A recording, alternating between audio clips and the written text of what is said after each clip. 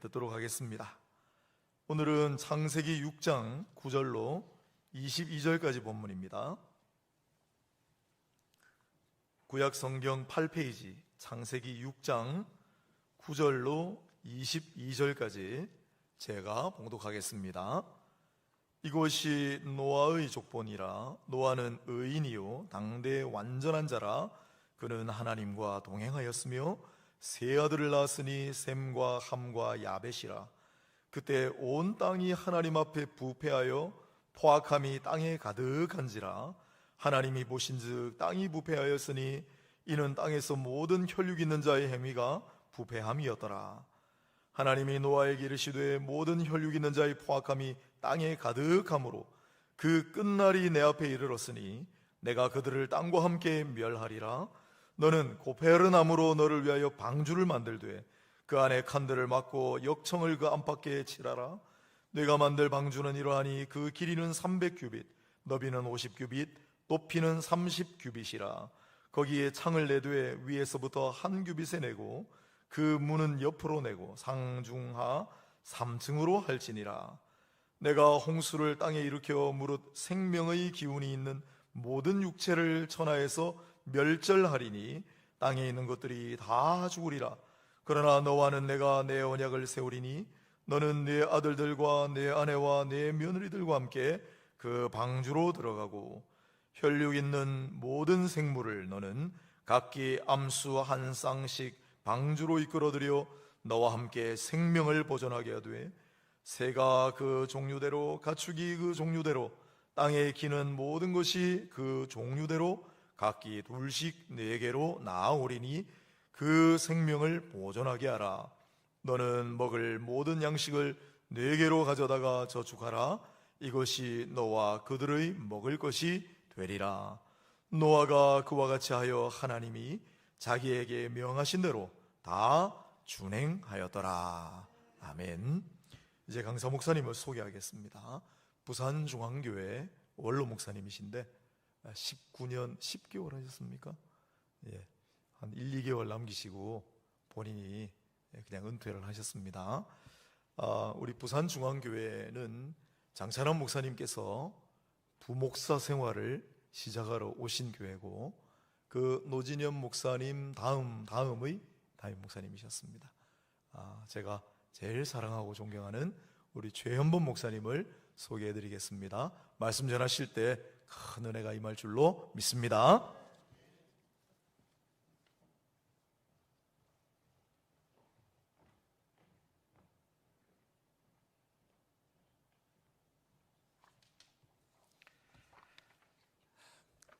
할렐루야. 여러분, 이렇게 아름답고 좋은 교회당 입당하게 된 것을 정말 축하드립니다. 저도 여러분 이 교회당 잘 세우게 해달라고 기도했습니다. 여러분 담임 목사님이 하도 교회당 짓는데 어려운 문제들 이것저것 저한테 얘기해가지고 아이고 저러다가 정말 담임 목사 잡겠다 하는 생각이 들어가지고 저도 열심히 기도했습니다. 우리 목사님하고는 우리 부산 기운실에서 같이 활동하면서 자주 만났고 참 우리 온천제일교회 제가 오늘 3번째 오게 되네요. 목사님 바뀔 때마다 제가 이렇게 와서 설교를 했네요. 우리 장찬환 목사님 때부터 시작해서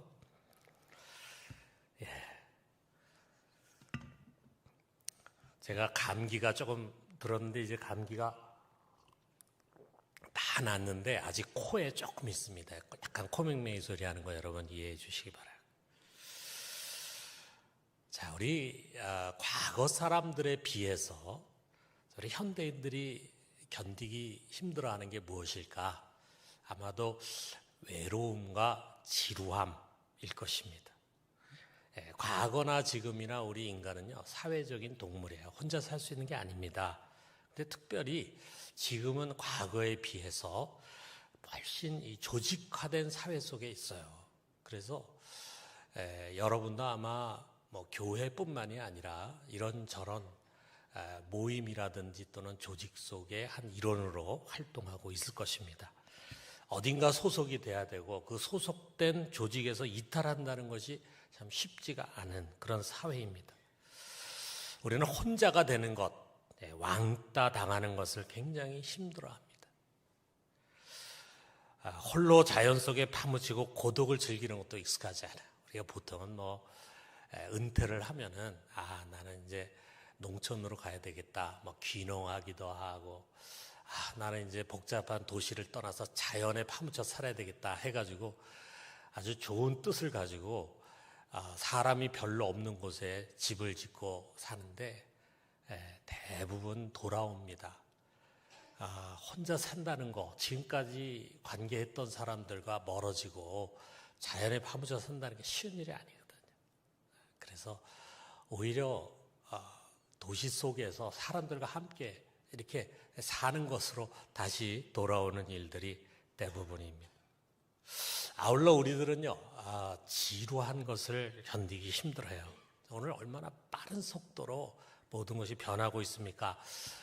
우리 인류 역사를 보면 지난 수천 년간 거의 변화가 없이 그냥 완만하게 어제가 오늘과 같고 오늘이 내일과 같은 그런 모습으로 왔는데 지난 100년 전부터 우리 이 세계는 갑작스럽게 이렇게 확 변하기 시작하고 시간이 가면 갈수록 그 변화의 속도가 점점 더 빨라집니다.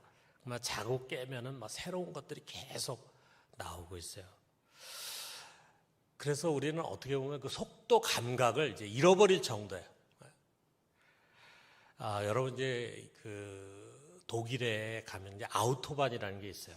우리로 이제 번역하면 고속도로인데 독일은 이제 아주 일찍이부터 이 고속도로를 만들고 그것을 이제 아우토반이다 이렇게 얘기를 했는데 한 가지 다른 것은 제가 가본 나라 중에 속도 제한이 없는 나라가 없어요. 근데 독일은 무제한 속도입니다. 고속도로에서 무제한 달릴 수 있어요. 차가 만약에 자동차가 한 300, 400km까지 낼 수 있다면 또 그렇게 갈 수도 있어요. 그런데 모든 고속도로가 그런 건 아니고 중간에 가다가 주택가가 나오면은 소음도 있고 그렇기 때문에 속도 제한이 곳곳에 있긴 있지만 속도 제한이 없는 곳에서는 얼마든지 속도를 낼 수 있습니다. 그런데 제가 이제 한 20여 년 전에 이제 독일에서 한 할머니하고 이제 사귀어서 잘 알고 지냈는데 그 할머니가 저한테 그런 얘기를 해요. 자기가 처녀 시절에 고등학교 여선생님이었어요. 네. 그런데 급하게 집에 급한 일이 생겨가지고 자기가 학교에 있다가 택시를 탔답니다. 그래서 그 택시를 타고 이제 집에까지 오는데 아우토반을 고속도로로 이제 그 택시가 달리는데 100km로 달려요. 100km. 자기는 그때 죽는 줄 알았대요. 너무 빨라가지고 자기가 무서워가지고 그냥 앞에 있는 의자를 꽉 붙잡고 온 기억이 나는데 그런데 그 할머니 말이 지금은 그렇게 달리면 너무 느리다고 생각이 된다라고 하는 거예요. 아마 여러분도 옛날에 생각하면은 버스라든지 택시라는 게 사실 참 느렸는데 오늘날은 우리도 고속도로가 워낙 잘 돼 있다 보니까 아주 빠른 속도로 이렇게 가게 되지 않습니까? 또 우리 KTX 타면은 200km, 300km 속도 되지 않습니까? 자, 이처럼 빠른 속도에 익숙해지다 보면은요, 변하지 않는 지루함, 느린 지루함을 견디기가 참 어렵습니다. 그래서 매일 반복되는 것에 실증을 느껴요. 보다 좀 새롭고 자극적인 것을 찾고 싶어 합니다. 신앙에서도 뭔가 새로운 체험을 갈망하게 돼. 그리고 좀 다이나믹한 것을 추구합니다. 그러나 여러분, 우리의 신앙은 외로움과 지루함을 잘 이겨낼 줄 알아야 합니다. 모두가 가고 있는 길을 거슬러 가지고 혼자 외롭게 갈 수 있어야 합니다. 신앙인은 무슨 특별한 체험을 많이 하는 사람들이 아니라 매일매일 반복되는 일을 잘하는 사람입니다.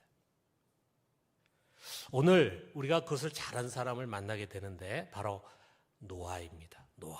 우리가 노아를 잘 관찰해 보면서 그런 결론을 가져요. 외로움과 지루함을 잘 이겨낸 신앙인이다 라고 하는 것이에요. 자, 우리가 이것을 좀 돌아봐요. 자, 첫째로 그는 외로움을 이겨낸 사람이었다. 자, 우리 노아에 대한 소개를 보면은 9절에 보면은요, 노아는 의인요 당대의 완전한 자라 그는 하나님과 동행하였으며 라고 노아를 소개하고 있습니다. 자, 여기에 당대라고 말하고 있어요. 그 당시죠. 그 당시 노아가 살던 당시 그 시대를 가르칩니다. 그런데 그 시대가 어떤 시대냐라고 하는 것을 또 여기서 우리에게 소개해 주고 있는데 11절을 보니까 그때 온 땅이 하나님 앞에 부패하여 포악함이 땅에 가득한지라 그랬어요. 이게 우리가 이걸 표준 세번역으로 좀 쉽게 번역된 것을 보면은 하나님이 보시니 세상이 썩었고 무법천지가 되어 있었다. 세상이 썩었다. 자, 12절을 또 보면은 하나님이 보신즉 땅이 부패하였으니 이는 땅에서 모든 혈육 있는 자의 행위가 부패함이었더라. 자, 여기에 부패했다, 썩었다는 말이 반복이 되잖아요. 자, 이 말이 샤하트라고 하는 말이에요.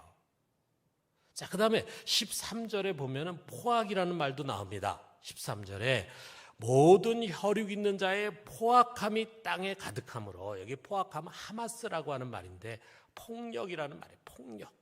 그러니까 그 사회가 부패하고 폭력이 가득한 세상이었다. 자, 우리가 이렇게 들으면은 굉장히 특별하고 아주 살벌한 세계처럼만 느껴질지 모릅니다. 자, 그런데 예수님도 말씀 속에서 노아 시대에 대해서 설명을 하신 적이 있어요. 자, 예수님의 설명은 좀 분위기가 뉘앙스가 다릅니다. 마태복음 24장 38절에 39절 보면은요, 예수님 이렇게 말씀하셨어요. 홍수 전에 노아가 방주에 들어가던 날까지 사람들이 먹고 마시고 장가들고 시집가고 있으면서 홍수가 나서 그들을 다 멸하기까지 깨닫지 못했으니 인자의 임함도 이와 같으리라. 어떤 인상입니까? 예수님이 표현한 그 노아가 방주에 들어가기 전에 노아 당대에 대한 묘사를 보면은 먹고 마시고 시집가고 장가가고, 지금 우리와 다를 바 없는 평범한 사회상이잖아요. 특별한 사회가 아니라 평범한 사회상. 사람들이 먹는 것에 관심 있고 마시는 것에 관심 있고 또 짝짓는 것에 관심 있고, 뭐 여기서 더 나간다면 뭐 애도 낳고 애 키우고 뭐 집도 짓고 또 밭도 갈고 뭐 그런 이야기들이 계속되겠죠. 자, 그래서 우리가 이 창세기에 있는 말씀과 예수님께서 우리에게 소개하는 노아 당대에 대한 이 표현을 가지고 우리가 노아가 살던 시대상을 한번 그려보면은요, 그들 모두는 한마디로 잘 사는 것에 혈안이 되어 있었을 것입니다. 한 번의 인생, 남보다 더 잘 살고 이전보다 더 잘 사는 거다라고 하는 거죠. 잘 살려고 하면 뭐가 필요합니까? 돈이 있어야 되고 다른 사람 더 힘이 있어야 된다 이거죠. 그래서 수단 방법 가리지 않고 돈 모으기에 혈안된 사회였어요. 그렇게 하면 어떻게 합니까? 장사하는 사람은 거짓된 저울추를 사용하고 부당 이익을 챙겼을 것입니다. 관리들은 부정부패해서 불이한 재물로 배를 채우고, 재판관들은 뇌물을 받고 판결을 굽게 했을 것입니다. 사람들끼리 거짓말을 밥 먹듯이 하다 보니까 서로 속이고 속는 것이 일상적이면서 아무도 서로를 믿지 못해 힘 있는 사람은 자기의 힘으로 약한 자를 짓밟고 빼앗아 가는 거예요. 결과적으로 돈과 권력을 가지고 있는 자는 의리의리한 집에서 산의 진미로 배를 채우면서 온갖 사치와 음란과 방탕을 쫓아가며 삽니다. 반면에 힘이 없는 자는 수없이 수탈과 억울한 일을 당하면서 가난과 질고에 내던져졌어요. 그러니까 가난한 사람들은 나도 좀 잘 살고 싶다 하면서 어떻게 보면 잘 살고 싶은 욕망으로 그 속에 똘똘 뭉쳐있지만 현실적으로 그게 어려웠던 그런 사회였겠죠. 자, 이것이 여러분 노아 시대의 모습이면서 후대에 우리가 아모스라고 하는 선지서를 보면은 아모스 시대 북이스라엘의 모습이면서 인자이신 예수님께서 오셨을 때 그 당시 유대 땅의 모습이면서 동시에 우리가 살고 있는 이 시대의 모습입니다. 부패하고 썩고 폭력이 만연한 사회예요. 우리가 지금 살고 있는 그 사회를 이렇게 표현한다고 해도요, 얼마든지 그런 예를 찾아낼 수 있습니다. 우리 주변에. 돈이 최고인 사회잖아요. 돈을 벌기 위해서는 수단 방법 가리지 않잖아요. 조금이라도 힘이 있고 기회가 주어지면은 무슨 짓이든지 하고 있잖아요. 힘 있는 권력자가 그것을 가지고 국민을 섬기는 것이 아니라 그것을 가지고 국민을 억압하는 그런 사회잖아요. 자, 어떻습니까? 이런 사회에서 여러분은 어떻게 살아갈 것 같습니까? 정직하게 살 수 있을까요? 정직하면 손해보는데. 정의와 공평을 쫓아서 살 수 있겠습니까? 그런 것을 말하면 왕따를 당하는데. 여러분이 재판관이라면 뇌물을 받지 않고 공평하게 재판할 수 있겠습니까? 공무원이라고 한다면 부정한 재물에 손을 대지 않고 주어지는 봉급에 만족하며 살 수 있겠습니까? 장사하는 사람이라면 부당한 이득을 취하지 않고 정직한 상거래를 할 수 있겠습니까? 기업을 운영하는 사람이라고 한다면 뒷돈이나 뇌물을 주지 않고 정정당당하게 사업을 할 수 있겠습니까? 여러분에게 크고 작은 힘과 권력이 주어진다고 한다면 그 권력으로 갑질하지 않고 도리어 사람을 섬기려고 하는 자세를 가질 수 있겠습니까? 모두가 거짓말하는 세상 속에서 나 홀로 정직하게 살 수 있겠습니까? 여러분, 쉬운 일이 아닙니다. 그러나 노아는 그렇게 했어요. 그는 이 부패하고 썩은 세상 속에서 홀로 흠없이 살아갔습니다. 그러므로 성경 그를 완전한 자라고 말하고 있어요. 당연히 그는 그 시대에 왕따를 당하는 사람이었겠죠. 여러분, 거짓에 물든 사람들은 이런 정직한 사람 불편해합니다. 여러분이 속해 있는 곳에 회사라든지 이런 데 있는 사람들이 다 부정부패하고 그것을 당연하게 생각하고 거짓말하면서 돈을 좀 더 챙기려고 하는 생각에 혈안돼 있으면은 여러분이 정직하게 하려고 할 때 여러분 싫어합니다. 부정부패를 일삼는 사람은요, 청렴한 사람 싫어합니다. 권력을 남용하고 불의를 일삼는 권력자는 이런 정의로운 사람을 미워합니다. 그 시대에 누가 노아를 좋아했겠어요? 노아는 외로운 길을 걸어간 사람입니다. 그러기에 그는 진정한 신앙인 곧 의인이었습니다. 여러분, 그런 의로운 길을 갈 줄 아는 사람입니까? 갈 수 있는 용기가 있는 사람입니까? 거짓과 선동으로 가득 찬 이 시대 속에서 진실을 직면한 용기를 갖고 있습니까? 부정과 부패가 일상화된 직장과 사회에서 청렴하게 살아갈 용기를 갖고 있습니까? 돈이 된다면 할 일 못할 일 구별할 줄 모르는 이 어두운 세대 속에서 받는 봉구가 가지고 있는 것을 족한 줄 알고 지족하면서 살 수 있는 용기가 있습니까? 그 용기는 한마디로 외로운 자가 될 수 있는 용기입니다. 이 시대엔 그런 외로운 길을 걸어갈 수 있는 용기를 가진 사람이 필요합니다. 그런 자만이 세상을 바꿀 수 있어요. 어떻게 보면 오늘날 우리 이 한국 땅에 예수를 믿는 사람이 지금은 2023년에는 한 15%로 떨어졌다고 하는데 15%까지 안 돼도 좋아요. 10%만 된다 할지라도 우리 예수를 믿고 진정으로 하나님 말씀을 쫓아 살아가겠다고 결단하는 사람들이 이런 용기를 가지고 살아간다면 이 사회는 변화될 것입니다. 그러나 우리 자신을 솔직히 들여다보면은 그런 용기 있는 사람 찾기 어렵습니다.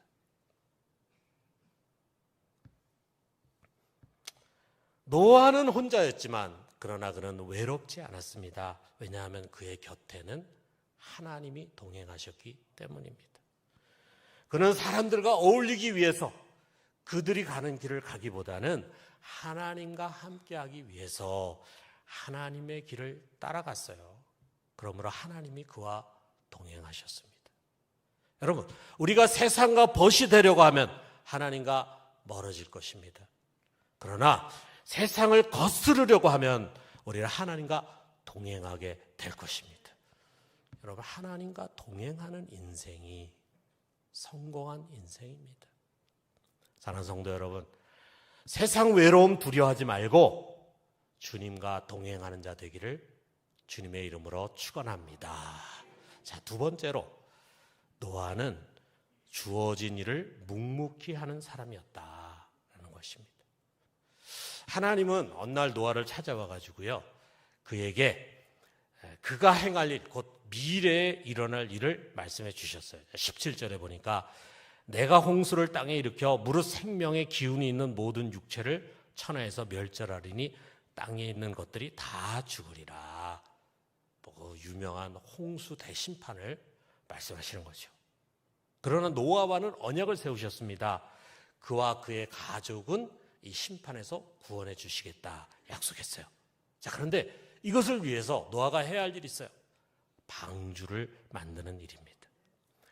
그의 가족들이 구원받을 수 있는 방주, 그의 가족들뿐만 아니라 혈육이 있는 모든 생명의 암수 한 쌍씩 구원받을 수 있는 방주, 그 방주를 만들어야 돼요. 그러니까 방주 얼마나 커야 되겠습니까? 길이가 137m, 넓이 23m, 높이 14m. 아주 큰 배죠. 뭐 지금은 뭐 이거보다 더 큰 배들도 있겠지만 뭐 그 당시 고대 사회에서 이런 큰 배가 있었겠습니까? 자, 그런데 노아는요, 하나님으로부터 부르심 받은 후부터 그가 한 일은 이겁니다. 큰 배를 만드는 일이었어요. 아무 도움도 받지 못하고 가족들과만 일을 해나갔습니다. 여러분, 우리가 한번 그가 하는 일을 상상해 봐요. 자, 나무로 배를 만들어야 되겠죠. 그 나무가 어디에 있습니까? 숲에 가 있지 않겠어요? 뭐 얼마나 떨어진 숲인지 모르지만 숲에 가서 나무를 베야 되지 않겠어요? 나무를 뱁니다. 그리고 그 다음에 그것을 이제 운반해 와야 되겠죠. 그 다음에 그것을 자르고 켜고 다듬고 차곡차곡 이어가는 것입니다. 그리고 그것을 이제 밧줄로 엮는 거죠. 그 다음에 망치로 못을 박아가지고 단단하게 잇고 그 다음에 사이사이에 역청을 발라가지고 빈틈이 없게 연결해 가는 것입니다. 어떻습니까, 여러분? 재미있었겠습니까? 쉬었겠습니까? 하루아침에 뚝딱뚝딱 되는 일이었겠습니까? 조금씩 그 일을 해나가는데 어쩌면 몇 년이 걸렸을지도 모르고 아니면 몇십 년이 걸렸을지도 몰라요. 그와 그의 자녀들은요, 매일 하는 일이 그거였어요. 물론 뭐 먹고 살아야 되니까 농사 짓는 일도 했겠죠. 자, 그러나 그들이 해야 할 가장 중요한 일은 배를 만드는 일이었잖아요. 이 일을 계속 반복하는 거예요. 나무 자르고 나무를 끌고 오고 그 다음에 그것을 연결하고 그 다음에 이렇게 해가지고 조금씩 그 큰 배를 만들어가는 일입니다. 지루한 일이었을 것이고 힘든 일이었을 것이고 재미없는 일이었을 것입니다. 주위 사람들은 또 얼마나 비웃었겠습니까? 멀쩡한 날에 이런 큰 배를 짓다니 인생을 허비한다고 생각하지 않았겠어요? 인생 허비한다. 배를 만드는 일은 자신들이 추구하는 삶과는 아주 상반된 일이었거든요. 아마 그들은 그렇게 생각했어요. 차라리 그 땀과 수고로 땅을 개간해서 농지를 더 개척했고 넓혔다면 더 많은 농사를 짓고 더 큰 부자가 될 수 있었을 텐데, 차라리 그 고생과 노력으로 좋은 집을 지었다면 더 편하게 살 수 있었을 텐데, 이 미친 노아는 도대체 이 밝은 대낮에 비가 오지도 않을 이 날씨에 이 큰 배를 뭐 때문에 만드는 건가? 아마 그들이 비웃었을 것입니다. 그러나 이 모든 상상되는 상황에서 노아가 한 일은 이것입니다. 22절 마지막 우리가 읽은 성경이 이것을 말해주고 있어요. 우리 같이 한번 읽어봅시다. 노아가 그와 같이 하여 하나님이 자기에게 명하신 대로 다 준행하였더라. 이것입니다. 여러분, 때로 우리가 하는 일은요, 세상의 눈으로 볼 때 사실 별 생산적이지 못한 것이 많습니다. 매일 새벽에 와서 기도실에서 1시간 기도하는 것보다는 새벽에 영어 학원에 가가지고 미래를 위해서 더 잘 준비해서 승진 시험에도 합격하고 하는 게 더 시간을 잘 쓰는 거라고 생각하는 사람들 많습니다. 자녀들이 수련회 가는 것보다 학원에 가서 특별 강좌 듣는 게 대학 입시에 더 유리하다, 이렇게 생각하는 학부모들이 교회 안에도 많습니다. 과연 그런가? 제가 독일에서 이제 한인교회 목회도 했어요. 그런데 저희 교회 이제 청년, 다 유학생들이죠. 청년 모임이 아주 활발했습니다. 우리가 매주 주중에 집회를 가졌어요.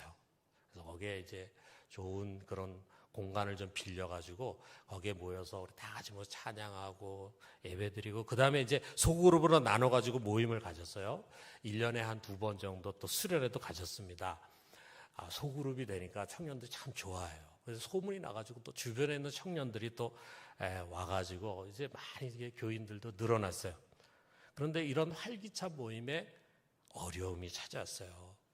1997년에 한국에 IMF가 터졌잖아요. 그러면서 외국에 보내는 송금액이 반으로 줄어든 거예요. 환율이 떨어지니까. 자, 그러니까 부모가 보내는 돈은 똑같은데 유학생들이 받는 돈은 절반이 되는 거예요.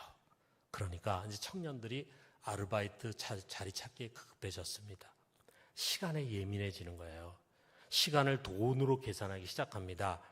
그러니까 이런 생각하는 거예요. 집회에 참석하는 서너 시간 일하면 얼마를 벌 수 있는데. 이런 생각을 하는 청년들이 하나둘씩 나오더니 알게 모르게 그런 분위기가 형성이 됩니다. 그러더니 참석자 수가 줄기 시작하는 거예요. 너무 안타까워서. 이것이 참 우리의 연약함입니다. 여러분, 우리의 신앙은 자판기 신앙이 아닙니다.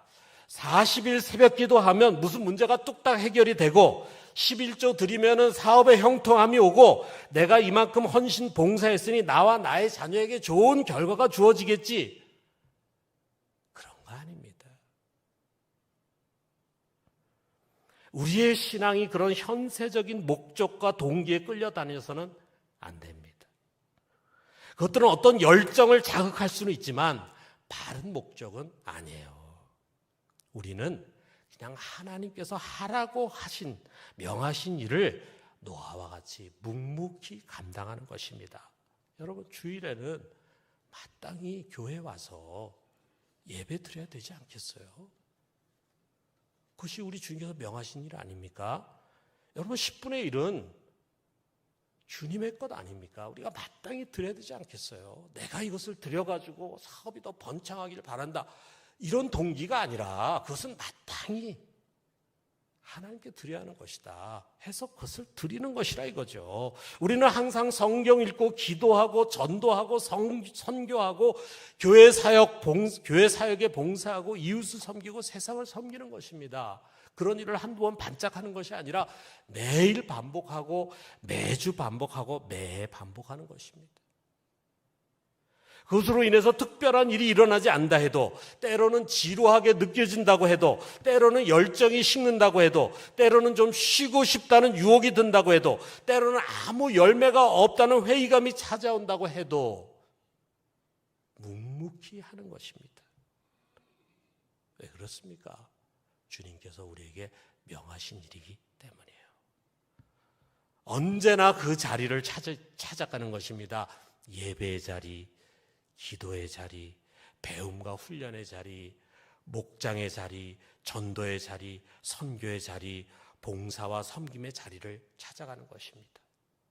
매번 반성도 하고 피드백도 하지만 결과와 통계에 너무 연연하지 않고 계속 하는 것입니다.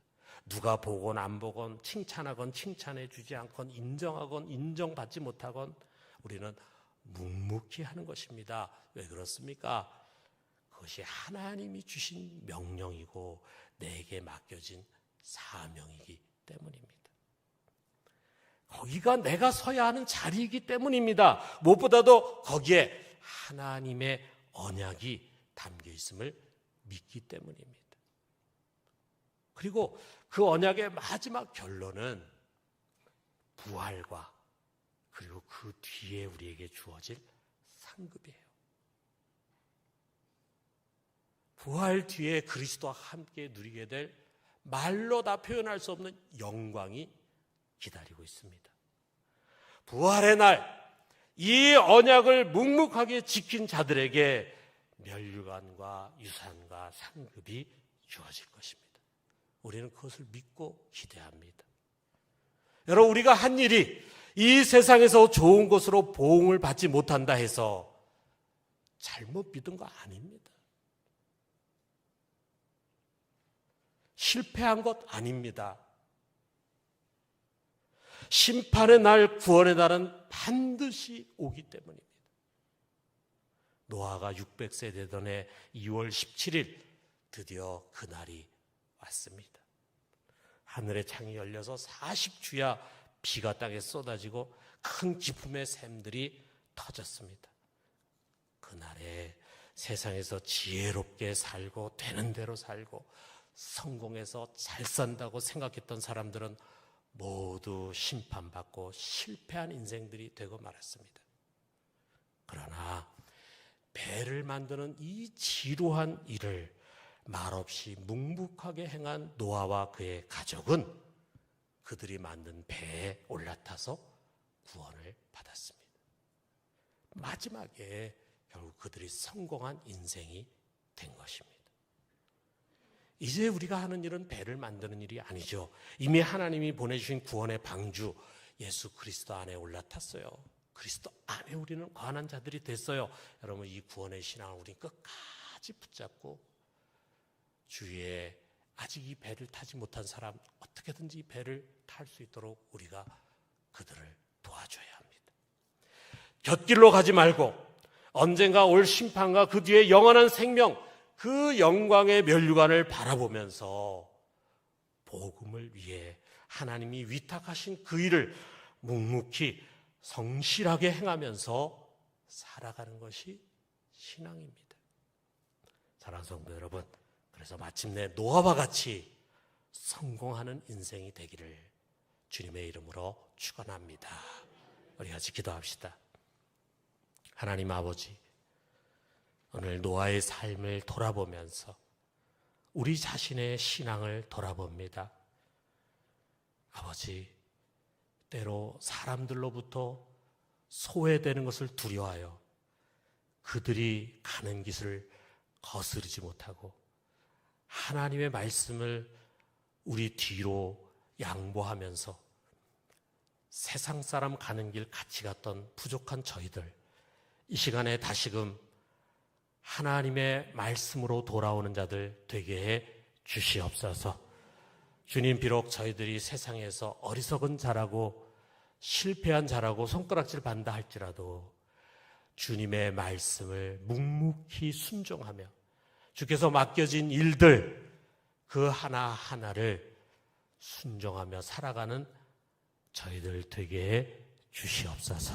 그리하여 노아와 같이 마지막 날 구원을 받은 것처럼 마지막 날 주님께서 오시는 그날 우리가 진정 성공한 인생이 되고 주님께서 약속하신 부활과 아울러 그 화려한 유산과 기업을 받으면서 하나님부터는 영광을 입는 승리한 자들 되게 해 주시옵소서. 예수 그리스도의 이름으로 기도드립니다. 아멘.